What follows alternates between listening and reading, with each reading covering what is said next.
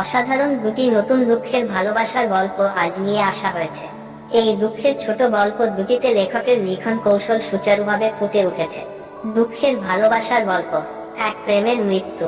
এই কিছুক্ষণ আগেই সে আমায় ছেড়ে চলে গেল। আমি কিন্তু আটকানোর চেষ্টা করিনি, একবারের জন্যও না। না আটকাইনি, ইচ্ছা ছিল বেঁধে রাখি, তবে পারিনি, কারণ ভালোবাসা তো ভিক্ষে নয়। বাস স্টপেজ অনেকক্ষণ দাঁড়িয়েছিলাম সেদিন। পাশ দিয়ে একটা বাচ্চা মেয়ে, 8-9 বছর বয়স হবে। সে গোলাপ বিক্রি করছিল, কিনলাম একটি। এমনিতে আমার গোলাপ পছন্দের নয়, তবে কথার খুব পছন্দের ফুল। একটু সামনের দিকে তাকিয়ে দেখলাম কথা আসছে। নিজেকে যেন কেমন অস্থির লাগছিল। এক লাল কুর্তিতে কিছু টেরাকোটা সুতোর কাজ, তার ওপর মুখে নির্মল হাসি নিয়ে এসে বলল, তুমি এখানে দেখা করতে বললে কেন? আমি উত্তর দিলাম, তোমার সঙ্গে কিছু কথা আছে, ওই গার্ডেনে গিয়ে বসি। কথা একটু অবাক হয়ে আমার সাথে গার্ডেনে গিয়ে বসলো। কি বলার আছে সৌগতদা, তুমি এখানে ডেকে বলতে চাইলে? আমি একটু অবাক হয়ে জিজ্ঞেস করলাম, তুমি আমাকে দাদা বলছো কেন? ফেসবুকে তোমার যা বয়স দেওয়া আছে, তাতে তুমি আমার থেকে 1.5 বছরের ছোট, এতেই তুমি আমায় দাদা সম্ভাষণ করছো। কথা বলল, তুমি কি বলবে বলো, আমার ক্লাসের দেরি হচ্ছে। নতুন দুঃখের ভালোবাসার গল্প। এ সময় আমি কি বলবো বুঝে উঠতে পারছিলাম না, কিন্তু মনের গোপনে কথাকে আমি ভালোবেসেছি তার কলেজের ভর্তি হওয়ার দিন থেকে।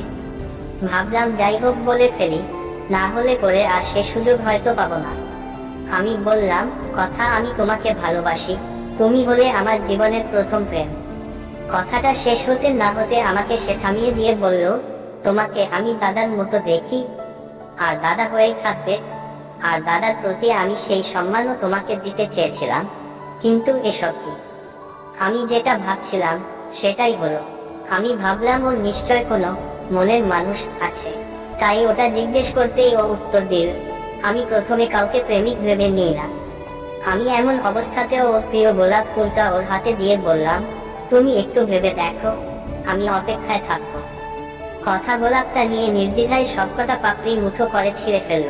আমি বললাম, তুমি আমায় ভালো নাও বাসতে পারো, কিন্তু এভাবে ফুলটাকে নষ্ট করলে কেন? আমার বাক্যের কোন জবাব না দিয়ে ও আমার সামনে থেকে দ্রুত বেরিয়ে গেল। তাকে দেখে মনে হলো সে বেশ রেগে গেছে। আমি দুমালো কাগজের মতো পার্কের সিটটায় পড়ে গেলাম। আমার বুকের ভেতরটা যেন কেমন বিষম শব্দ করছে। আরো মনে হচ্ছে আমার পা, দুটো হাত সবই নিঃসার হয়ে বিকলাঙ্গ এর আবহ সৃষ্টি করছে। খানিকক্ষণ পরে চোখটা ফোনের দিকে যেতে দেখতে পেলাম ফেসবুকে কথা আমাকে ব্লক করেছে। কথার ফেসবুক প্রোফাইল ছবির ওপর অজান্তেই 2 ফোঁটা চোখের জল ঝরে পড়ল। মোবাইলটা মুছে পকেটে ঢুকিয়ে রাখলাম।